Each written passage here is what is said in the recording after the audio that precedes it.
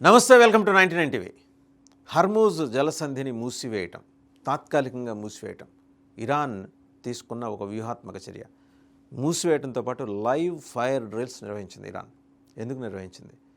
నువ్వు అమెరికా తొడగొట్టి తన వైపు ఇరాన్ వైపు 2 యుద్ధ నౌకల్ని పంపిస్తుంటే సర్వేగంగా నేను యుద్ధానికి సిద్ధం అని చెప్పేసి ఒక సంకేతం.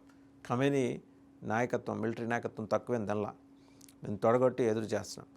బట్ ఇది ఇవాళ ఇరాన్కి అమెరికాకి మధ్య జరిగే యుద్ధం కాదు, ప్రపంచ వినాశనానికి దారితీసే ఒక విపత్కర పరిస్థితికి ఏర్పడబోతున్న platform. Hormuz, strait of Hormuz వాస్తవంగా జలసంధి ప్రపంచంలో చమురు రవాణాకి వినియోగించే అతిపెద్ద మార్గం, సముద్ర మార్గం. ఆ సముద్ర మార్గాన్ని కొంతకాలం పాటు తాత్కాలికంగా మూసివేసి లైవ్ ఫైర్ డ్రిల్స్ ఇరాన్ నిర్వహించింది అంటే దాని అర్థం ఏంటి?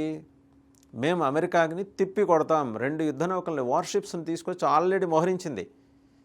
ఆల్రెడీ అబ్రహాం ఉంటే ఇంకొక వార్షిప్ వచ్చింది, సో యుఎస్ నుంచి. మొత్తం దాని మీద జెట్ ఫైటర్స్ ఉన్నాయి అండ్ సబ్మరైన్స్ ఉన్నాయి. సబ్మరైన్తో పోరాడే శక్తియుక్తులతో కలిగిన ప్రజ్ఞాపాఠవాలు కలిగిన వెపన్స్ ఉన్నాయి అండ్ సైన్యం దిగింది. సో సైనిక బలగాల మోహరింపు, దాంతోపాటు ఈ వార్షిప్స్ 2 రావటం అనేది ఇరాన్ తట్టుకోలేకపోతుంది. ఎందుకంటే తన ప్రాంతంలోకి వచ్చి, మిడిల్ ఈస్ట్లోకి వచ్చి, మధ్యప్రాచ్యంలో వచ్చి అమెరికా అరాచకం సృష్టిస్తానంటే అక్కడ ఇరానే కాదు, చుట్టుపక్కల దేశాలన్నిటికి కూడా ఇది పెద్ద సవాల్. కేవలం చుట్టుపక్కల ఉన్న దేశాలైనా, లేకపోతే ఆసియా ఖండం మొత్తానికి ఇది సవాల్ అంటే ఆసియా ఖండం మొత్తం మీదకి సవాల్. ఆసియా ఖండం యొక్క సావర్నిటీని క్వశ్చన్ చేసే విధంగా ఇవాళ అమెరికా వ్యవహరిస్తుంది, no doubt. So Venezuela president Nicolas మదురోని ఎత్తికెళ్ళటానికి ఏ రకమైన వ్యూహంతో వచ్చిందో, ఇరాన్కి చెందిన అత్యంత కీలకమైన సుప్రీం నాయకుడు ఖమేనీని కూడా అలాగే లిఫ్ట్ చేద్దామనే ఒక ప్రయత్నాలు అయితే జరుగుతున్నాయి. బట్ ఇరాన్ అంత తేలిగ్గా లొంగే రకం కాదు. ఇరాన్కి అద్భుతమైన అణుపాటవ శక్తి ఉంది.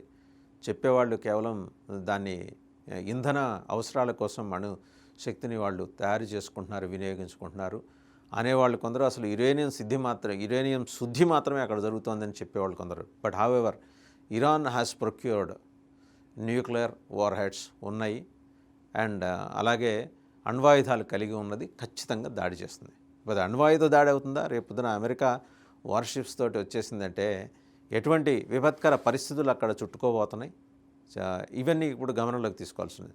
అండ్ మనం గనక గమనిస్తే ప్రపంచ చమురు రవాణాలో 20% స్ట్రైట్ ఆఫ్ హర్మూజ్ నుంచే జరుగుతుంది, హర్మూజ్ జలసంధి మీదుగా. అది మూసేసి మేము ఇప్పుడు మూసివేయబడినది తాత్కాలికంగానే. ఒకవేళ ఇరాన్ గనక బోర్డు పెడితే ప్రపంచ ఆర్థిక వ్యవస్థ ఒక్కసారిగా కుప్పకూలుతుంది, షేర్ మార్కెట్లు పతనం అవుతాయి అండ్ ఆయిల్ ప్రైసెస్ అమాంతం ఆకాశానికి రాకెట్ల మాదిరి ఎగిరిపోతాయి. సో ఇది చాలా కలవరపాటుకు కలిగించే అంశం. కేవలం భారతదేశానికే కాదు, నేను మళ్ళీ చెప్తున్నా, ఏషియా ఖండానికి. కేవలం ఏషియా ఖండానికి కాదు, అక్కడి నుంచి యూరోప్కి కూడా మరి సరఫరా అయ్యే ఆయిల్ కావచ్చు, మరి ఇతరత్ర పైప్ లైన్స్ ద్వారా గ్యాస్ కావచ్చు, వీటన్నిటినీ ఇరాన్ కనుక అడ్డుకట్ట వేస్తే ఎటువంటి విపత్కర. ఇప్పుడు మనం జాగ్రత్తగా కనుక సమీక్షిస్తే, రివ్యూ చేస్తే అమెరికా చేసిన పని ఇరాన్ చేస్తుంది. అమెరికా ఏం చేస్తుంది? ట్రంప్ ఏం చేస్తాడు? హఠాత్తుగా ఒక్కసారి ఎవరైనా నిద్ర లేపి ట్రంప్ గారు ఏంటి పరిస్థితి అంటే, నీ మీద 200% టారిఫ్ విధిస్తున్నా అంటాడు. అంటే అంతసేపు ఆయన మనసులో ఆ టారిఫ్లు విధించడం, తెల్లారి పొద్దున అది 10% దిగినా దిగచ్చు, ఎందుకంటే చేతకానితనం.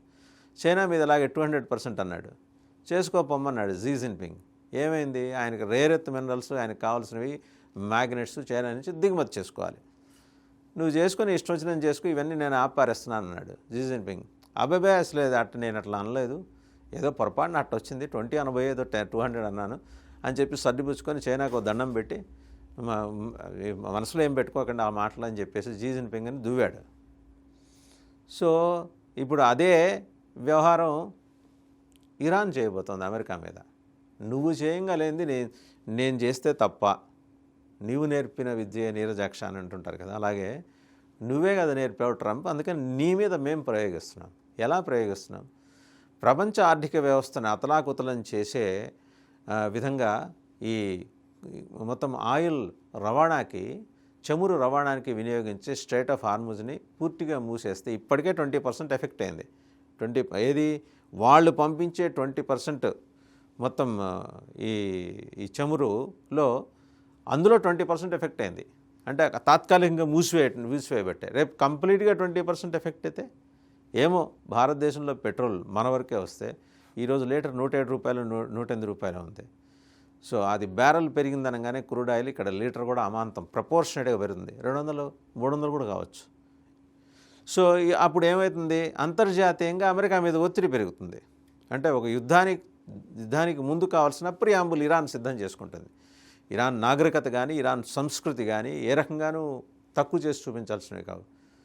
100 ఏళ్ల నుంచే వాళ్ళకి వైద్యశాస్త్రంలో ఉన్న అపారమైన పట్టు, సైన్స్ సాంకేతిక రంగాల్లో వాళ్ళకున్న విశేషమైన ప్రజ్ఞాపాఠవాలు, apart from their fundamentalistic religious politics వీళ్ళు కంటిన్యూ చేస్తూ వస్తున్నారు. Khamenei and company private limited వాళ్ళే గుత్తాధిపత్యం చేస్తున్నా సరే, బట్ శాస్త్ర సాంకేతిక రంగాలు కానీ వైద్య రంగాన్ని కానీ అలాగే అణ్వస్త్ర రంగాన్ని కానీ వాళ్ళు నిర్లక్ష్యం చేయాల.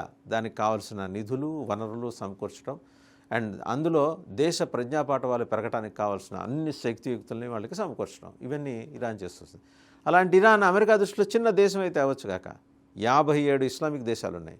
ఇరాన్ తోటి ఈ షియా సున్నీ గొడవల కారణంగా ఇరాన్తో విభజించే ఒక 30 దేశాలు కూడా రేపు పొద్దున ఇరాన్తో యుద్ధం అనగానే వాళ్ళకి తోచినని పంపిస్తారు. ఇదిగో మా దగ్గర ఒక 1000 మంది సైనికులు ఉన్నారు, ఇదిగో మా దగ్గర ఒక 2 లక్షల ఆయుధాలు ఉన్నాయి, ఇవి వాడండి. ఇరాన్కి అవసరం లేదు, బట్ పంపిస్తారు. That is solidarity. మొత్తం సంఘీభావం అనమాట.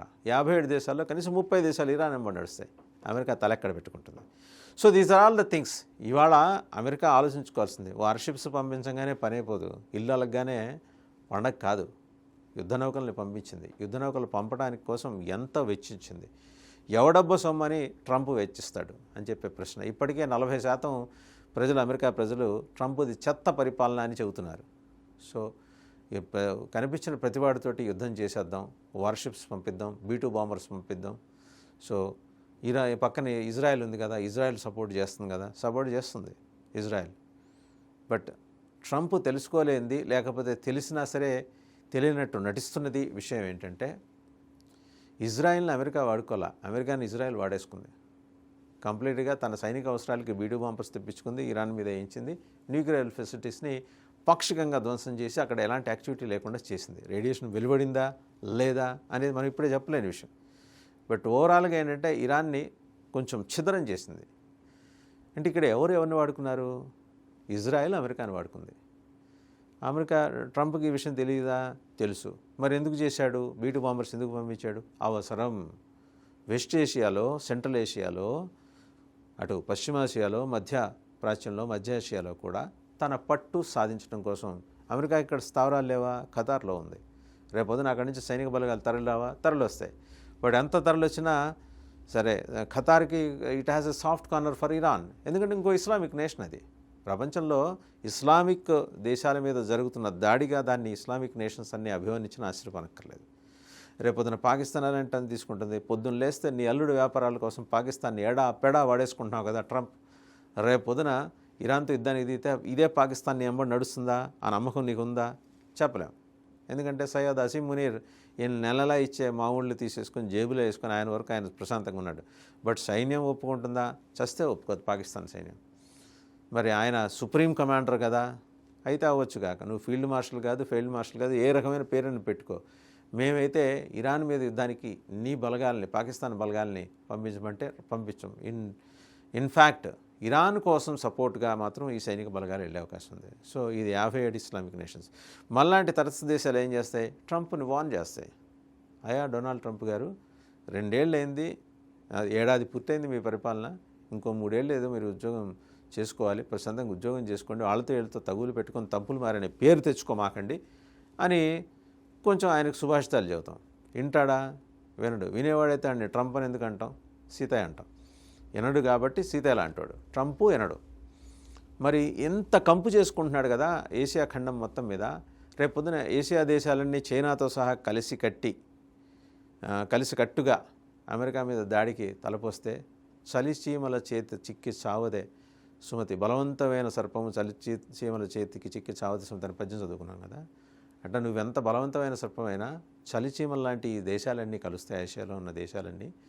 వాళ్ళలో ఉన్న అంతర్గత విభేదాలన్నీ పక్కన పెట్టుకొని కలుస్తాయి. కౌరవులు ఎంతమంది అంటే 105 మంది అంటారు ధర్మరాజు. ఎందుకంటే బయట ఎవడన్నా వచ్చినప్పుడు మేము 5గురం, మీరు 100 మంది, 105. మనలో మనమా, మీరు కౌరవులు, మేము పాండవులు. అట్లా ఆసియా దేశాలన్నీ కలుస్తాయి.